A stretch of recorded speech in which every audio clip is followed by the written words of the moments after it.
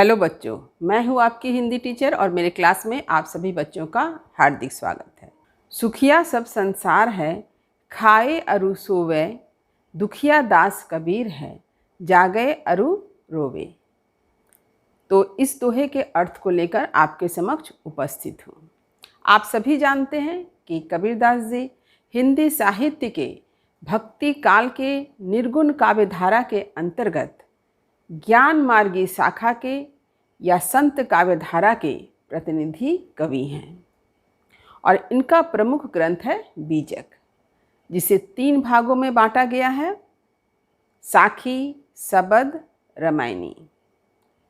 तो साखी के अंतर्गत ही कबीरदास जी के दोहे हैं। तो इस दोहे का प्रसंग यह है कि कबीरदास जी के हृदय में सच्चे ज्ञान का उदय हो गया है, और जब किसी व्यक्ति के हृदय में सच्चे ज्ञान का उदय होता है, अज्ञानता दूर हो जाती है, अविद्या समाप्त हो जाती है, तो वह व्यक्ति जीवन को, संसार को सही अर्थ में समझता है, ईश्वर के वास्तविक स्वरूप को समझता है और उसे यह संसार नश्वर प्रतीत होने लगता है। क्योंकि जब तक वह अविद्या में रहता है, अज्ञानता में रहता है, तब तक यह संसार सत्य प्रतीत होता है। लेकिन जब उसके हृदय में ज्ञान का उदय होता है, अज्ञानता दूर हो जाती है, तब उसे यह संसार नश्वर प्रतीत होता है और एकमात्र परमात्मा ईश्वर ही उन्हें सत्य प्रतीत होता है। और हम सभी जानते हैं कि ईश्वर के अंश हम सभी मनुष्य आत्मा रूप में हैं, यानी ईश्वर है परमात्मा और सभी जीव है आत्मा। जब इस सत्य का ज्ञान हो जाता है तो कबीरदास जी बेचैन हो जाते हैं परम सत्ता से मिलने के लिए। तो इसी का वर्णन यहाँ किया गया है। सुखिया सब संसार है। सुखिया का अर्थ है सुखी, और संसार यानी ये जगत। इस संसार के लोग यानी कबीरदास जी कहते हैं कि संसार के सभी लोग सुखी हैं। इसीलिए क्या है, खावे अरु सोवे, यानी खाते पीते रहते हैं और निद्रा में डूबे रहते हैं। उन्हें इस संसार में किसी प्रकार का दुख का अनुभव नहीं होता। तो इसका कारण क्या है कि इसका कारण यह है कि संसारी मनुष्य मोहग्रसित हैं, मोह में फंसे हुए हैं, अज्ञानता के अंधकार में डूबे हुए हैं, और इसी कारण उन्हें यह संसार सत्य प्रतीत होता है। इस संसार की जितने भी सुखदायी वस्तु, जितने भी सुख सुविधाएं हैं, वो सभी उन्हें आनंद प्रदान करती है। संसारी मनुष्य मृग तृष्णा के पीछे दौड़ता है क्योंकि उसे मृग तृष्णा सत्य प्रतीत होती है। सांसारिक कष्ट, संसार में जो त्रिताप हैं, दैहिक, दैविक और भौतिक, इसका उन्हें आभास भी नहीं मिलता, यानी किसी प्रकार के कष्ट का अनुभव नहीं होता। विनय पत्रिका के एक पद में तुलसीदास जी ने भी लिखा है: हे हरि यह भ्रम की अधिकाई, देखत सुनत कहत समुझत, संशय संदेह न जाई, जो जग मृषा ताप त्रय अनुभव, होई कहूँ के ही लेखे। यानी संसारी मनुष्य संसार में मृग तृष्णा के पीछे दौड़ता है और उसे किसी प्रकार का दुख अनुभव नहीं होता, यानी संसार में सुख देने वाली वस्तुएं उन्हें सत्य प्रतीत होती है। तो आप लोगों ने भी देखा होगा, संसारी मनुष्य धन कमाने के लिए क्या करते हैं, दिन रात मेहनत करते हैं। जैसा कि तुलसीदास जी ने कहा है, हम करी धन धाम समारे, अंत चले उठे रीते, कि यह मेरा है, यह मेरा है कह के क्या करते हैं लोग, धन दौलत संवारते हैं, संचय करते हैं, और अंत में खाली हाथ ही जाना पड़ता है। लेकिन संसारी मनुष्य को इस बात का जरा भी आभास नहीं होता है। वो सब कुछ देखते हैं, सुनते हैं, समझते हैं, फिर भी मृग तृष्णा के पीछे दौड़ते हैं, सांसारिक सुखों के पीछे दौड़ते हैं। इसलिए कबीरदास जी ने कहा है, सुखिया सब संसार है। यह संसार सुख से भरा हुआ है। किसके लिए? जो मोह माया में फंसे हुए हैं। वे दिन रात क्या कर रहे हैं, आनंद उठा रहे हैं इस संसार का, खाते पीते हैं और सोते हैं। लेकिन कबीरदास जी की स्थिति ठीक इसके विपरीत है। दुखिया दास कबीर है।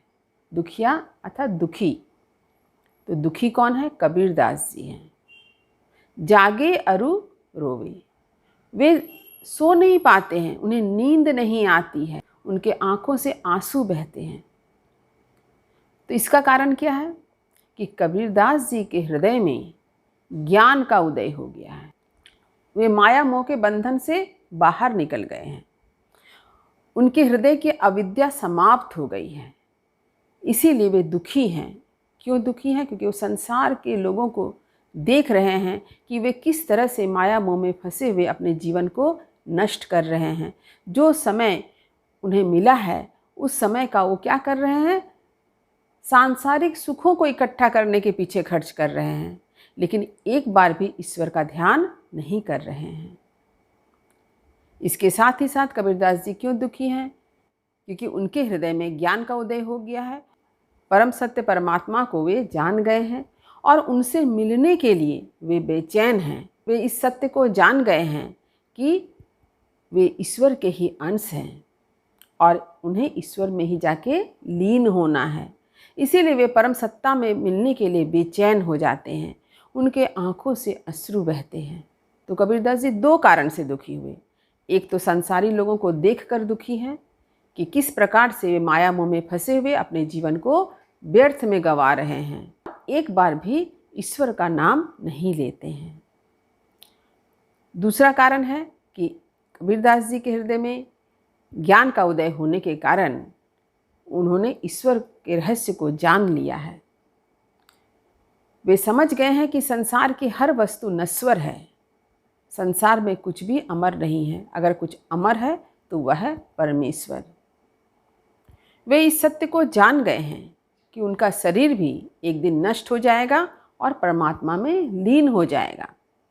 इसीलिए वे ईश्वर से मिलने के लिए व्याकुल हो जाते हैं और ईश्वर के विरह में ही उनकी आंखों से अश्रु भी बहते हैं और सांसारिक लोगों की दुर्गति को देखकर भी उनकी आंखों से आंसू बहते हैं। तो इसीलिए कबीरदास जी ने संसार के लोगों को सुखी कहा है, क्योंकि माया मोह में फंसे हुए हैं और उन्होंने अपने आप को दुखी इसलिए कहा है कि वे माया मोह के बंधन से बाहर निकल चुके हैं। जब भी किसी दोहे की व्याख्या करनी होगी तो आप पहले प्रसंग लिखें, फिर पंक्ति का अर्थ समझाएं और अंत में विशेष भी लिखें। तो मैंने इस दोहे का विशेष आपके स्क्रीन पर लिख दिया है, आप उसे अवश्य याद कर लें। यह कबीरदास जी का एक दोहा है और आप सभी जानते हैं कि दोहा एक छंद है जिसके 4 चरण होते हैं। इसके प्रथम और तृतीय चरण में 13-13 मात्रा और दूसरे और चतुर्थ चरण में 11-11 मात्रा होती है। द्वितीय चरण और चतुर्थ चरण के अंत में तुक भी होता है। कबीरदास जी ने इस दोहे में संसार की नश्वरता के बारे में बताया है। तो कबीरदास जी ने इस दोहे में यह बतलाया है कि संसारी लोग किस तरह से माया मोह में फंसकर अपने जीवन को व्यर्थ में गंवा रहे हैं और संसार के लोग माया मोह में फंसे होने के कारण अपने आप को सुखी बतलाते हैं। लेकिन ठीक इसके विपरीत कबीरदास जी माया मोह के बंधन से बाहर निकल जाने के कारण दुखी हैं। क्यों दुखी हैं? इसका 2 कारण है। पहला है कि संसारी लोगों को देखकर दुखी हैं कि वे अपने जीवन को किस तरह से व्यर्थ में गंवा रहे हैं, और दूसरा कारण है कि उन्हें ईश्वर के बारे में, ईश्वर के रहस्य के बारे में जानकारी प्राप्त हो गई है। वे सत्य को जान गए हैं कि संसार नश्वर है और वे परम परमात्मा ईश्वर के अंश आत्मा है। अतः आत्मा परमात्मा से मिलने के लिए बेचैन है और इसी विरह में कबीरदास जी की आंखों से अश्रु बहते हैं। इस दोहे में अनुप्रास अलंकार का प्रयोग मिलता है। सुखिया सब संसार है, तो सुखिया सब संसार में देखिए सवर्ण की आवृत्ति से अनुप्रास अलंकार है।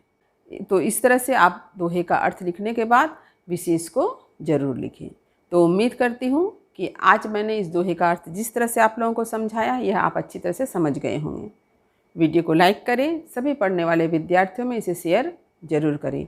जो बच्चे मेरे चैनल पर नए हैं वे चैनल को सब्सक्राइब जरूर कर लें ताकि हर नए वीडियो का नोटिफिकेशन आपको समय समय पर मिल सके। तब तक पढ़ते रहिए, जीवन में आगे बढ़ते रहिए। मेरी शुभकामनाएं आप सभी बच्चों के साथ है। धन्यवाद।